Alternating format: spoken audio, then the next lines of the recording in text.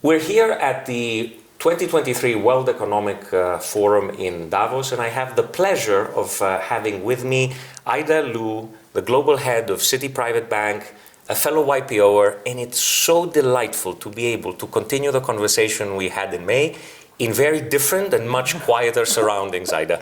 Likewise, I'm so pleased to be with you. Thank you for having me. It's a real pleasure. So, Ida, where I would like us to go today is talk a little bit about successful partnerships, collaborations that your organization has been involved in to promote responsible investing and impact investing for clients, which is a big topic that we're seeing today. Absolutely. You know, what we've noticed is that it is not a surprise to anybody that there's a massive war for talent. And one of the ways that we're going to attract and keep and retain talent in our industry is by doing two things. One is making sure that our goals and our ambitions as a firm are aligned with our talent. The way they think about the world, the environment, social issues and the like. And one thing that is really extraordinary about Citi is on Jane Fraser, our CEO's first day on the job, she committed that we were going to be carbon neutral by 2050. And we truly believe that when we say these things about what we want to do and our ambitions to give back, we're not just saying them, we're putting our dollars towards them. So we have committed $500 million to a social impact fund. We have committed $1 billion for racial equity. And we have committed $1 trillion for sustainable finance projects globally. So we are, as a firm, it's in our DNA, committed to doing good, right? And also impacting our societies where we do businesses around the world in a very positive way. And that resonates very well with all of us who are employees at Citi, because they resonate with the things that we want to achieve in making the world a better place. It's so good to hear that there's actually concrete targets, concrete steps being taken, because we hear about these every day. It's fascinating to see, and I'm sure you'll be getting a lot of phone calls from YPOers in terms of interesting projects that you can work with. Yeah. How do you prioritize corporate social responsibility in the private banking industry? Well, in the private bank, we help our clients express their views. And we do that very customized. So on the fixed income side, we do everything from sustainable bonds, green bonds, housing bonds, and the like. On the equity side, we do everything, including extraordinarily customized views for clients. So, for example, I had a client who thought that plastics were the nuclear waste of the century, and we built him a portfolio of 35 stocks to express that view. Not too dissimilarly, we can do that on any tangent, whether it's clean energy transition, whether it's gender. So we get very, very customized in the way we express on the equity side. And then lastly, we also adopt different types of private equity and alternative investments to help our clients express their views on ESG across the broad spectrum. Thank you. As always, refreshing to hear your thoughts. Let's look a little bit at markets and trends. A third of our membership is family businesses. Yes. How do you see near-term trends impacting the financial strategies of family offices? Sure.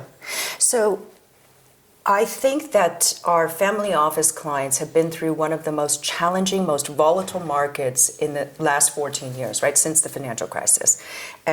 Global markets took a $30 trillion hit. Last year, global equities were down 19%, global fixed income down 16%, and that's on a backdrop of a war, of very high inflation, 40-year highs in the US, for example, and really accelerated rate hikes, which have caused a very tough environment for many investors globally. So last year, at the beginning of the year, we did a lot of hedging. Okay, both on the assets and the liability side for our family office clients. We also rotated a lot of their cash positions because family offices had shored up a bit of cash during this period. And we moved all of the cash into fixed income.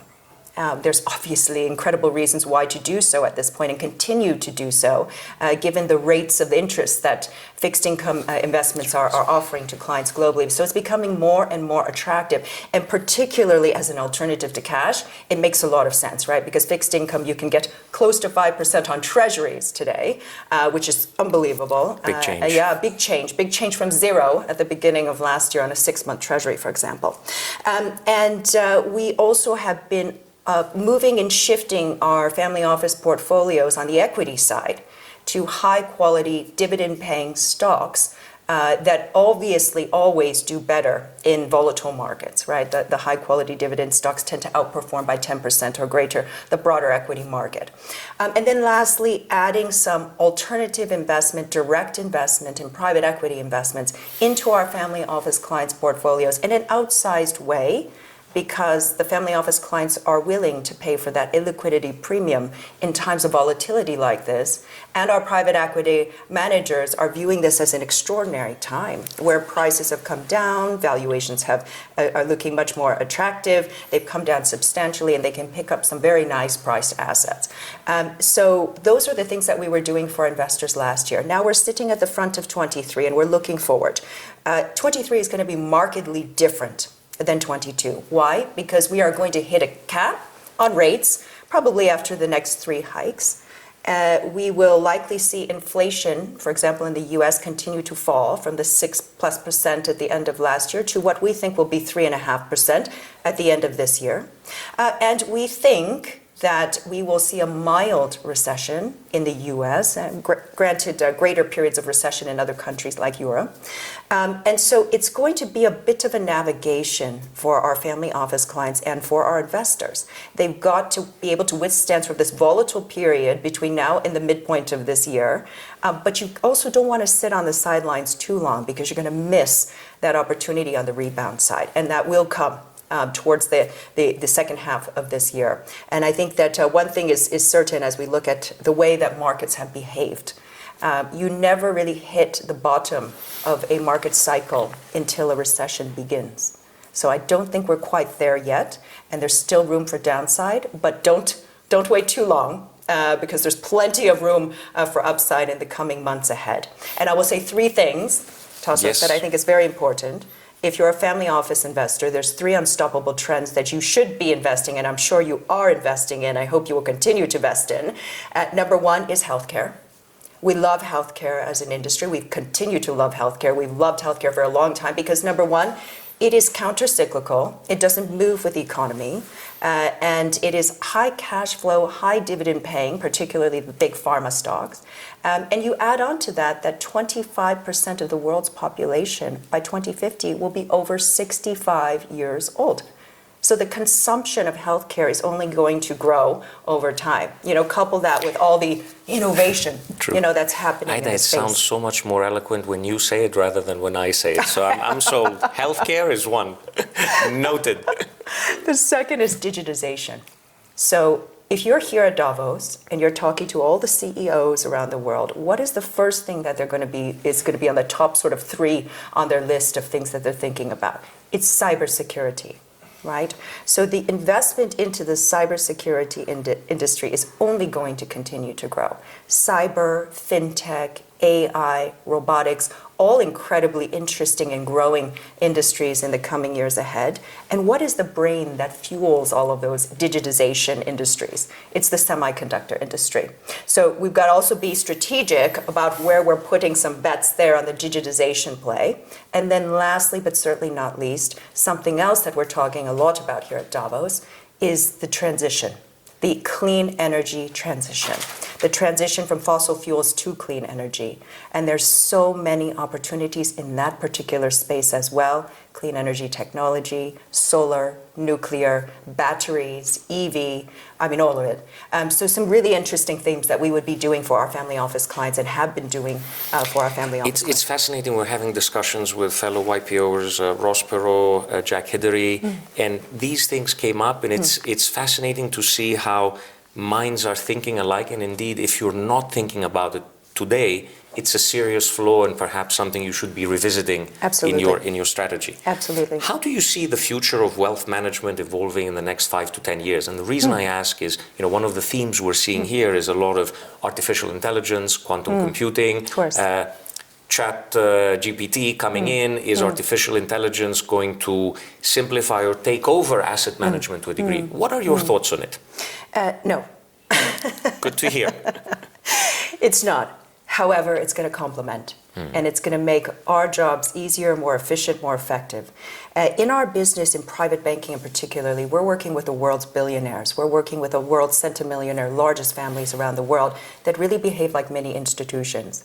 And I think it's going to be quite some time before that personalization and that global approach that we give to our clients is going to be displaced. Having said that, what are the things that I'm focusing on in the next 10 years of transformation in wealth management? First and foremost, we've got to look at the transition of wealth. So 50% of the global wealth is going to be controlled by women in the next decade. So that transition to women who make 70% of most household consumption decisions is going to be a very interesting one for all wealth managers, right? Because number one, women as a whole need more financial education. They need more education on how to manage their wealth. And so I think there's a big focus on how do we arm women to be better investors and help them educate them, right, to be more well-rounded investors and help them manage their wealth as well. So there's a huge opportunity with women. And as you know, Tassos, we talked about this last time, my number one imperative at the private bank is to be the best number one private bank for families, not just for individuals, we talked about this, but for families. So for the spouse, the partner, the children, the grandchildren, all of it, the full family nucleus. So one is the transition of wealth to women. The second is the transition and transfer of 30 trillion of wealth to the next generation. That's also happening in the next several years. So as we look at these shifts of the wealth, we've got to make sure that we're all well positioned to serve the very largest wealth opportunities in the next decade ahead. Let me kind of make a segue from what you said, which is very interesting. And you talk about this change, women coming in, which is happening in a big way. Let's talk a little bit about the importance of gender parity and how you think that will affect productivity and profitability.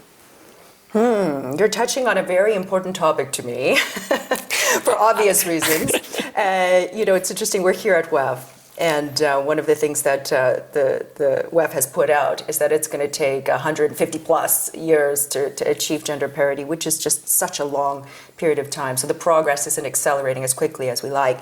And I think in particular in areas that are very important, such as the technology industry.